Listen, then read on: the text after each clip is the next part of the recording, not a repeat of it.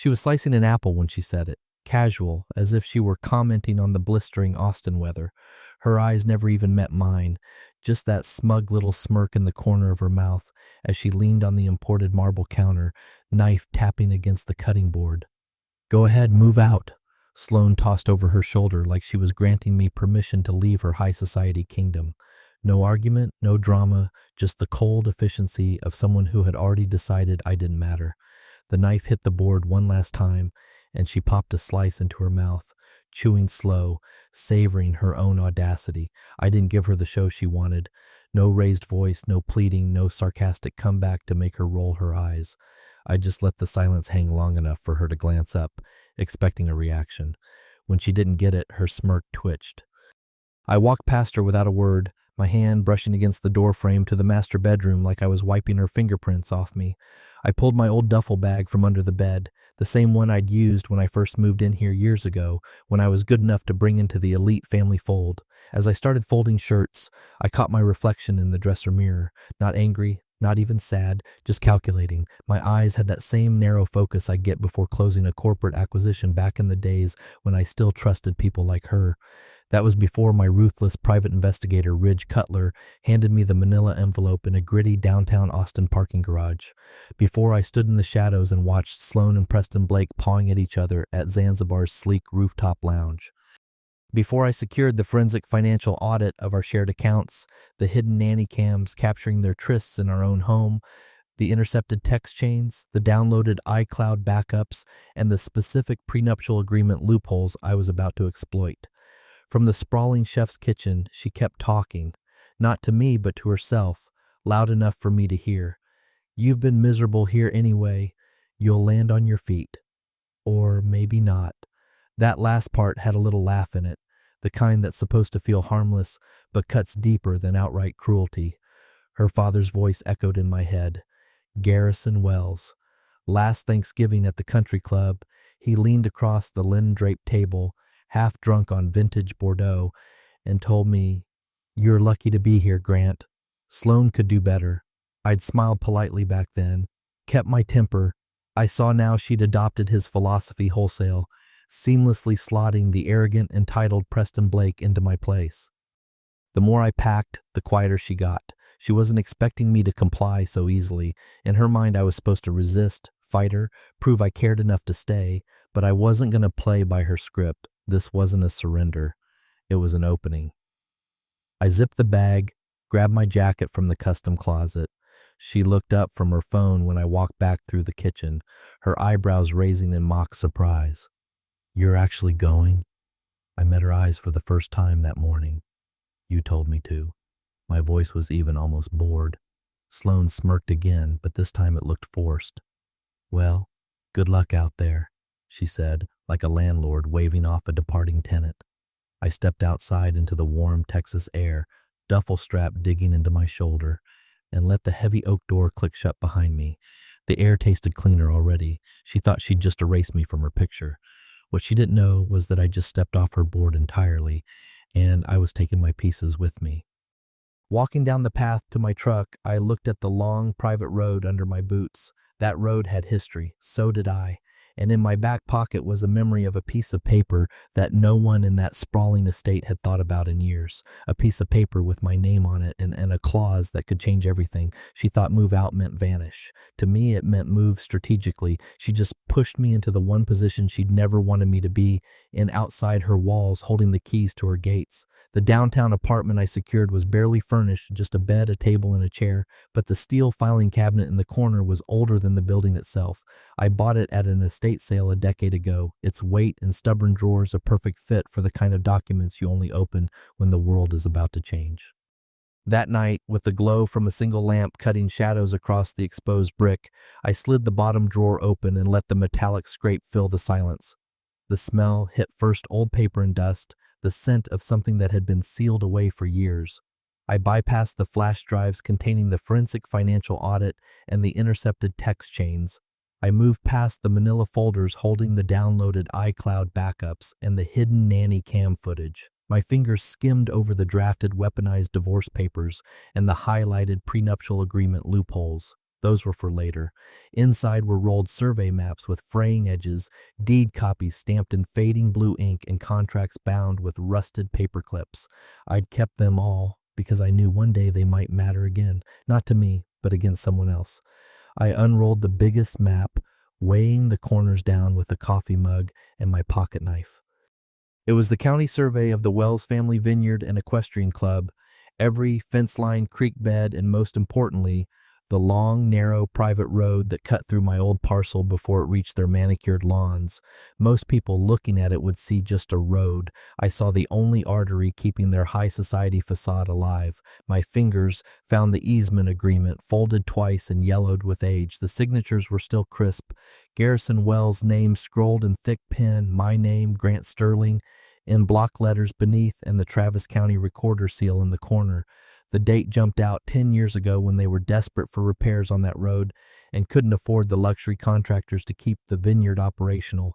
I'd stepped in, paid every dime under one very specific condition. The access rights to that road were mine. Not shared, not leased, mine. Over the years, they'd grown complacent. Garrison strutted around at elite charity galas talking about how no one could touch their estate, as if the world owed him an unbreakable bubble. They'd forgotten that the bubble had a valve, and I was the one who could shut it off. I sat back in my chair, the paper under my hands feeling heavier now. This wasn't just leverage, it was a loaded weapon that had been gathering dust in my possession, waiting for the right trigger. And today, Sloan had pulled it without even knowing. The bitterness was there coiling in my gut, but it was tempered by something sharper. Calculation. She thought moving out meant I was walking away from her world, leaving it perfectly intact for Preston Blake.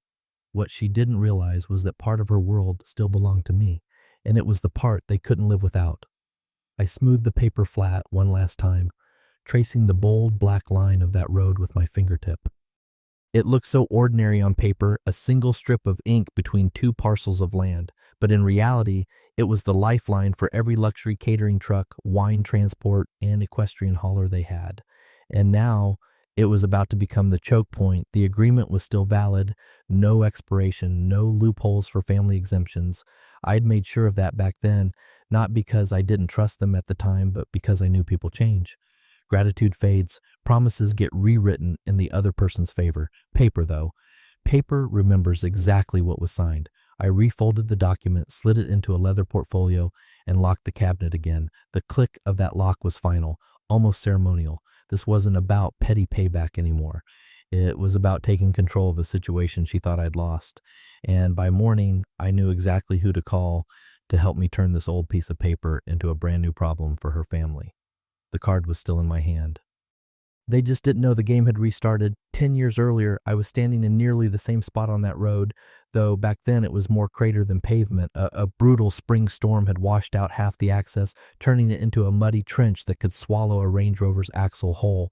Their vineyard was bleeding money. Wine transport trucks couldn't get in. Elite buyers were delayed. And Garrison was on the phone every day, barking at the county for help that never came. I was younger then, still under the illusion that marrying into their family meant becoming part of it. I had the savings from a massive corporate acquisition I'd closed that winter, and when I offered to pay for the repairs, it wasn't charity, it was a calculated investment. But even in generosity, I set my terms. I remember laying it out over coffee at their expansive kitchen island. I'll front every cent. In exchange, you transfer full access rights to me. Garrison had laughed, slapping the granite like I just told the smartest joke he'd ever heard. Hell, if you're paying for it, you can own the whole damn road. We signed the paperwork that afternoon. I remember the way Garrison's pen dug into the paper like he wanted the county clerk to feel his gratitude. They couldn't have been happier. Sloan even played the doting wife the next day. Back then, they saw it as a lifeline. I saw it as an insurance policy. The repairs were finished in weeks. The road, better than it had ever been. Commercial-grade asphalt laid thick, drainage fixed, a smooth enough surface for luxury vehicles to pass without rattling apart. It wasn't long before the vineyard was back to humming, and with it their pride. Pride so big, in fact, it left no room for the memory of who had made it possible. Years passed and the story they told changed. My contribution became a family effort. Then an arrangement with a friend, and finally just another piece of their untouchable empire. Garrison especially liked to puff out his chest at the country club, telling anyone who'd listen, "No one can touch our estate. We've been here 3 generations, and no outsiders got a say." I'd stand there drinking my scotch, listening to him rewrite history in real time, but I never corrected him. I never reminded him that the one road in and out was tied to my name in the county records. I let him talk because I knew that memory lapses can be dangerous. Dangerous for the one who forgets, and very profitable for the one who remembers. And now, sitting in my downtown Austin apartment with that folded easement in front of me, I realized just how deep their forgetfulness ran. They had built their sense of invincibility on a piece of land that wasn't truly theirs to control. Every shipment of reserve wine, every high society guest arriving for a gala, every thoroughbred leaving their property, it all had to pass over that strip of asphalt. It wasn't just access, it was oxygen. And I owned the valve. That old bargain, signed in a moment of desperation, had aged like fine wine. The ink hadn't faded, and neither had my awareness of what it meant. Back then, I thought maybe one day it might give me leverage in a business deal or during a neighborly dispute. I hadn't imagined using it to gut their entire operation. But then again, I hadn't imagined Sloane smirking in our kitchen, telling me to go ahead and move out like I was a stray dog she was shooing off the porch so Preston Blake could move in.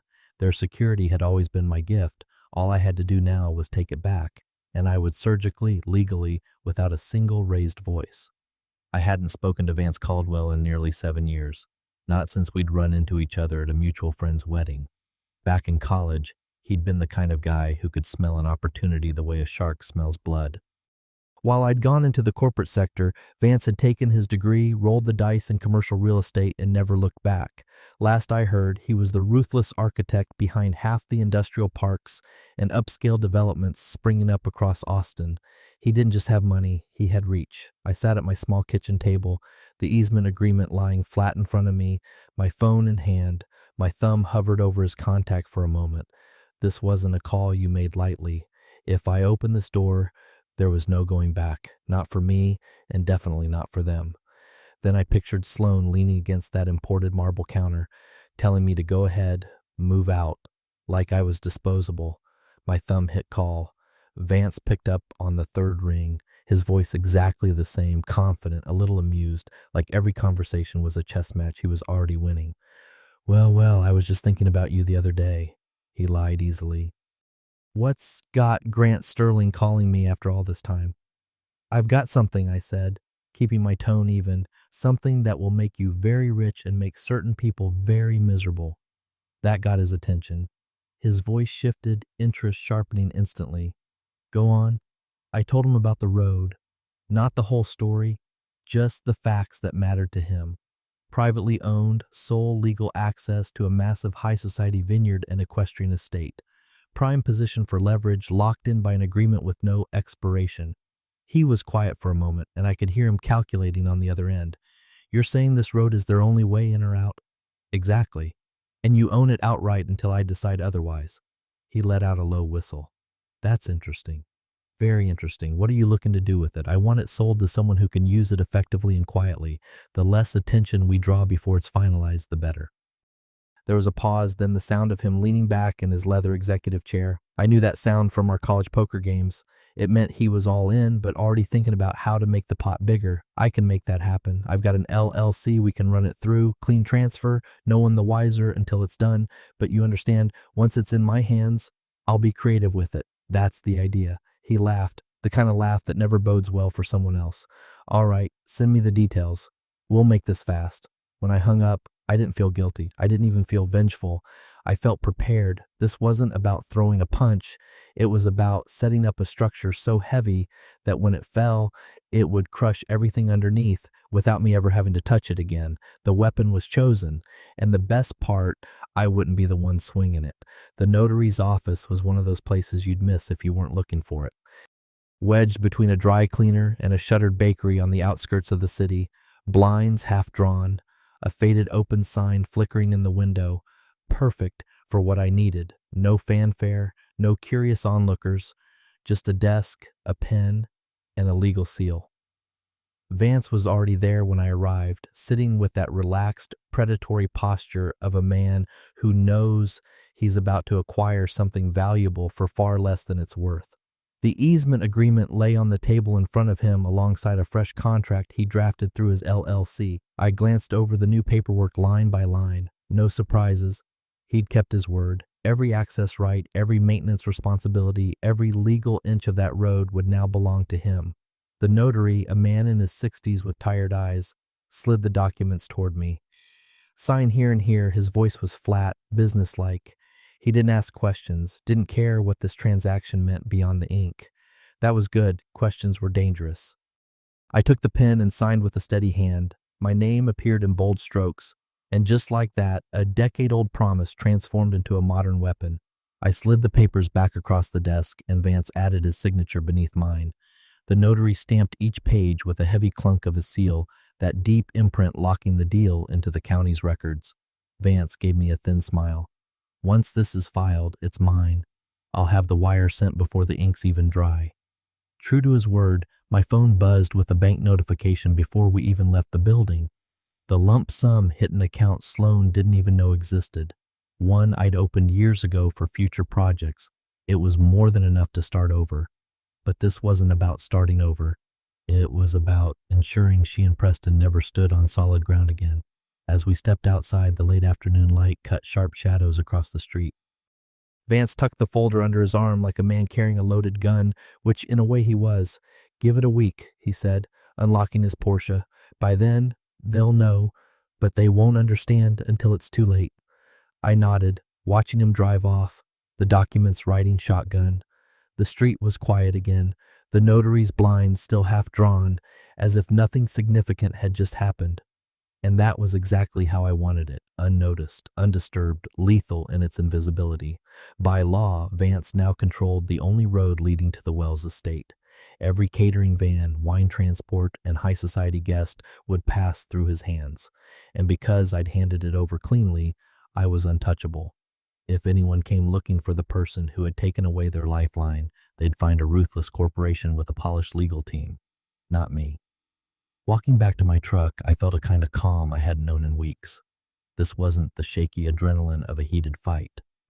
It was the quiet satisfaction of placing the final piece in a puzzle I'd been building for a decade. The fuse was lit, they just didn't know the fire was crawling toward them yet. 3 days later, the first ripple hit. A luxury event transport truck, one of those massive rigs stacked with pristine staging and floral arrangements for Sloan and Preston's upcoming engagement gala, rolled up the private road toward the estate, same as deliveries had for years. But this time, it didn't make it past the tree line. A brand new heavy-duty steel gate blocked the path, the kind you'd see guarding an industrial yard, not a country lane. There was a small booth beside it, manned by a stocky guard in a dark jacket, clipboard in hand. The driver leaned out his window. Gates closed. What's going on? The guard flipped a page on his clipboard. New ownership, private road now. Toll fees due before entry.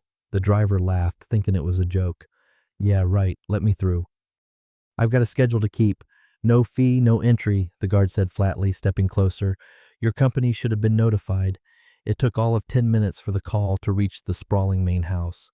Garrison Wells, already suspicious whenever anything disrupted his meticulously curated routine, stormed out the door, custom blazer half on, muttering curses with Preston trailing closely behind him like an eager lapdog. Garrison drove his vintage Mercedes down to the gate himself, dust kicking up behind his tires. You can't block this road. This is our estate, he barked before the guard could even greet him. The guard didn't flinch. Sir, the road is now privately owned by Redline Development, LLC. You'll need to speak with them about ongoing access. The Travis County records were updated last week. Garrison's voice rose. County records. This road's been in our family for generations. The guard's eyes stayed on his clipboard. Not according to the easement agreement on file. I'm just here to enforce what's already signed. That was the first moment, just a flicker, where I'm told Garrison's supreme confidence cracked. He drove straight to his private office in town and called the county clerk, demanding they fix the mistake. The clerk's answer was polite but final. The transaction was legitimate, recorded, and irreversible without the consent of the current owner, Redline Development. By that afternoon, the event truck was still parked on the side of the road, the driver leaning against the hood, smoking while he waited for instructions. The estate staff started whispering about what it meant. A few of them remembered my name being on old paperwork. Most didn't connect the dots yet. Back at the estate, Sloane stood in the grand foyer watching her father pace, Preston hovering uselessly nearby. She wasn't worried, not yet. She figured it was some kind of bureaucratic mix-up, one phone call away from being undone. But Garrison knew better, even if he didn't say it out loud. He'd dealt with ruthless developers before. Developers didn't buy something unless they planned to squeeze every drop of value from it. And if they controlled the only road in, that value was about to come directly from his offshore accounts. It wasn't fear yet, just annoyance and unease, but unease spreads, and once it takes root, it doesn't let go. By the next morning, the unease had calcified into something harder. Garrison summoned everyone to the estate's formal dining room. Sloane, Preston, and the high-stakes divorce attorney they had on retainer, an absolute shark named Beaumont. The long mahogany table was covered in papers, printouts from the county registry, photographs of the new gate, and a copy of the toll schedule Redline Development had sent over by courier. He didn't waste time on small talk. "This is extortion," Garrison barked, slamming his palm against the table so hard a crystal water glass rattled. "No outsider's gonna choke us off from our own land." Preston muttered something about just driving through anyway, puffing his chest out, but Garrison shot him a glare sharp enough to cut glass. "And get arrested for trespassing and drag our names through the press? That's exactly what they'd want." The high-stakes attorney, Beaumont, a man who'd been on their payroll for decades, sat quietly at the far end of the table. When Garrison finally turned to him, demanding options, the lawyer cleared his throat and slid a folder across. Inside was a photocopy of the easement contract, the county seal bright as the day it had been filed. "This is the problem," the lawyer said evenly. "It's not a mistake and it's not extortion. This is perfectly legal. Whoever sold this," he tapped the top of the page, "had every right to do so. The buyer now owns full control of the road." Garrison's voice boomed. "So we sue. We'll drag them into court until they beg to sell it back." The lawyer didn't even look up. "You'll lose. The language is airtight. It was signed willingly, and it has no expiration clause. It's as valid today as it was when it was written." He paused, letting the weight of that sink in. "Your only realistic option is to negotiate, which, judging from this toll schedule, won't be cheap." The schedule was brutal. A flat fee for every vehicle entering or leaving, plus maintenance surcharges that spiked during the prime vineyard harvest and equestrian auction months. Preston whispered the math under his breath, numbers that over a season could eat their generational wealth alive. Garrison paced, jaw clenched, muttering about how no one does this to the Wells family. But the more he ranted, the clearer it became to everyone in the room. They were trapped. Every catered event, every wine shipment, every thoroughbred had to pass through that gate. And every time it did, Redline got richer. Sloane sat near the window, arms crossed, eyes darting between the papers and her father. She still didn't say my name, but I could see it in her face when the story was relayed to me later. She was starting to wonder, and that was fine. Wondering meant the seed had been planted. The meeting dragged on for hours, but by the end, the conclusion was unavoidable. They could either pay the tolls or watch their elite lifestyle wither. No one liked it, but no one had a better answer. It was the first time in his life Garrison had been cornered without a single move left on the board, and I wasn't even in the room yet. It was almost midnight when the knock came, not the casual tap of a neighbor or the rhythmic pound of a delivery. This was sharp, insistent, urgent. I already knew who it was before I even reached the door. Sloane stood in the hallway of my building under the dim yellow light, perfectly styled hair now pulled back in a messy knot, a designer trench coat thrown over her silk pajamas. Her eyes were wide, not from surprise, but from the kind of restless anger that burns hotter the more it's contained.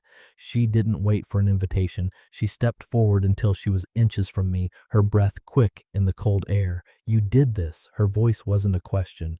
It was an accusation, a verdict she'd already passed. I leaned on the doorframe, letting the silence stretch. Her gaze darted over my face, looking for the smallest twitch of guilt, some sign that she'd caught me red-handed. I gave her nothing. When I finally spoke, my tone was almost conversational. "You told me to move out." I let the words settle, then added, I just moved my property. For a moment, something flickered in her eyes. Recognition, maybe even understanding, but it was quickly drowned in anger. You're gonna ruin everything, she hissed.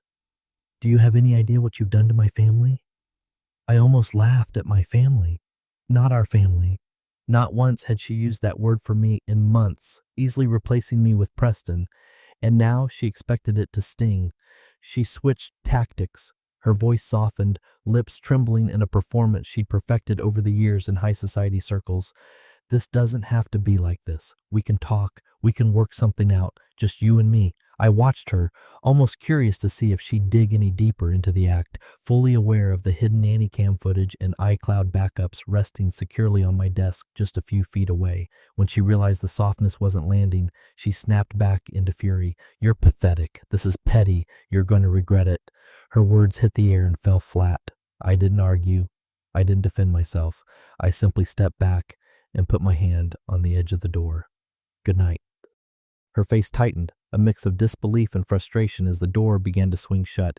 She didn't step forward to stop it. She just stood there, breathing hard until the latch clicked and the world on my side of the wood went quiet again. I stood for a moment, hands still on the door, feeling the weight of what had just happened. Not guilt, not triumph, just a deep, steady calm. She had come here expecting to bargain, threaten, or shame me into undoing what was already set in motion. Instead, she'd walked away with the confirmation she feared most. I wasn't bluffing. In that silence, I realized something important. The property transfer, the tolls, the locked gate, the impending forensic financial audits, and prenuptial agreement loopholes I was about to detonate. Those were just mechanics. The real blow had landed tonight in the narrow strip of hallway where she'd looked me in the eye and seen that I was done playing her game. And there's no toll high enough to buy that back. By the second week, the rhythm of the estate had changed, not in the way seasons change, but in the way a machine grinds to a halt when someone pulls a crucial gear. The wine transport trucks stopped coming first. The drivers refused to pay the tolls, and the elite logistics companies they worked for didn't see the profit in fighting a legal battle over a single client. Without shipments, the seller inventory backed up. Without deliveries, the exclusive equestrian events fell apart. By the third week, the high society buyers started pulling out of their contracts. A few of them cited logistical difficulties, but everyone knew the truth. No one wanted to pay inflated transportation fees just to cross a strip of asphalt. The galas that had been their pride, nights meant to showcase their wealth and dominance, were quietly canceled. The pristine facade of their empire began to wither. The phone calls to Beaumont grew more frantic. I didn't answer any of them, but word traveled in a city like Austin.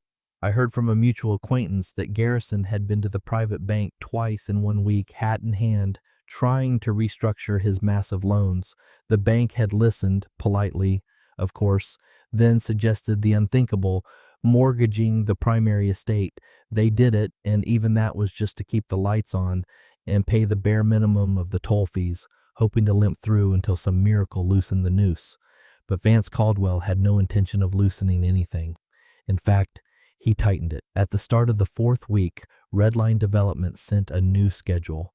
Toll rates raised by 20% with an additional seasonal surcharge that just happened to coincide with their massive autumn wine release window. Garrison's fury was legendary, but fury doesn't move transport trucks down a road they can't afford to use.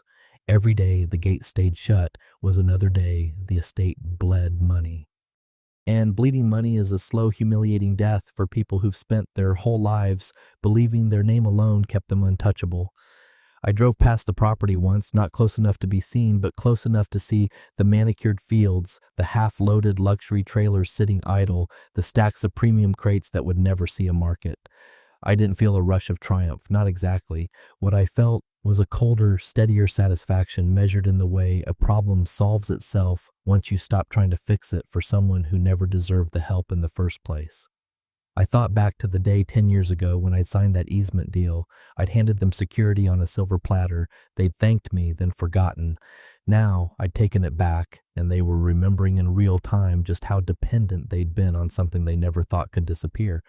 And the best part, I hadn't raised my voice, filed a lawsuit, or stepped foot on their land.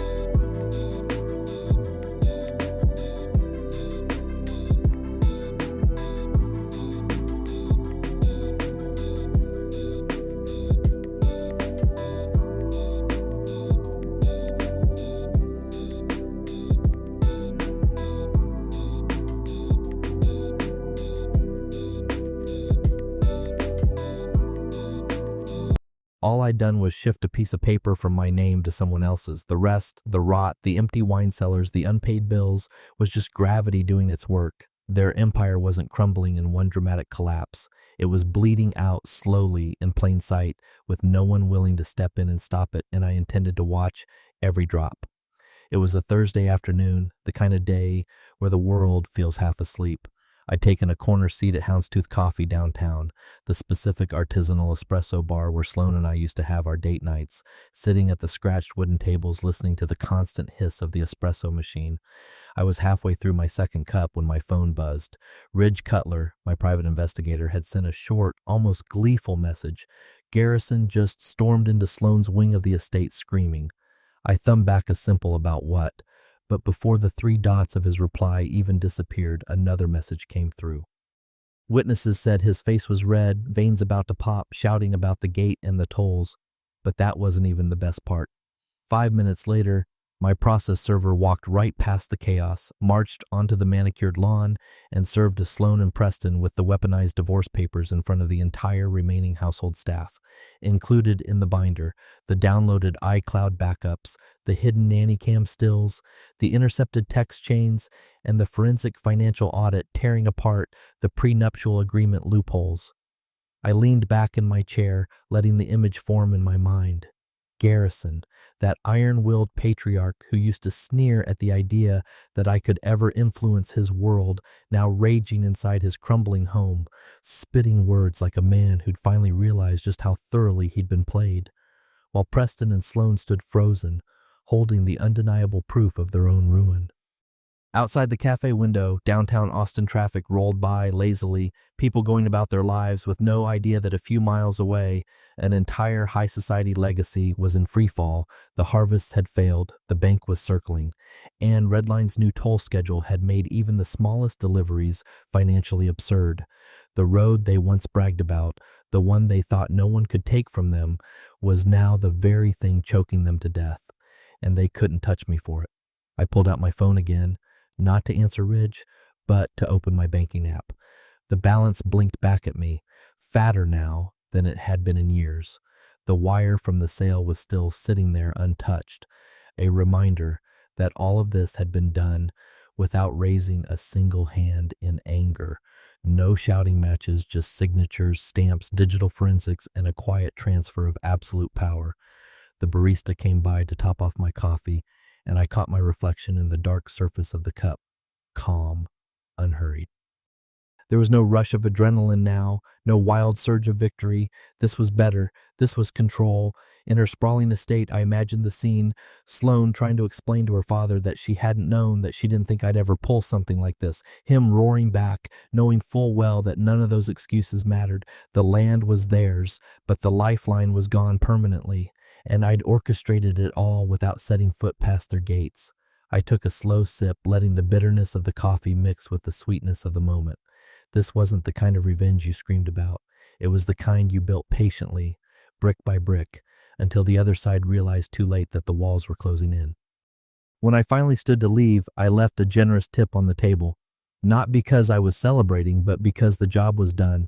The book was closed, and I could walk out into the cool afternoon knowing one simple truth. They'd spend the rest of their days trying to undo what I'd done, and they never would. Silent, permanent, and completely legal.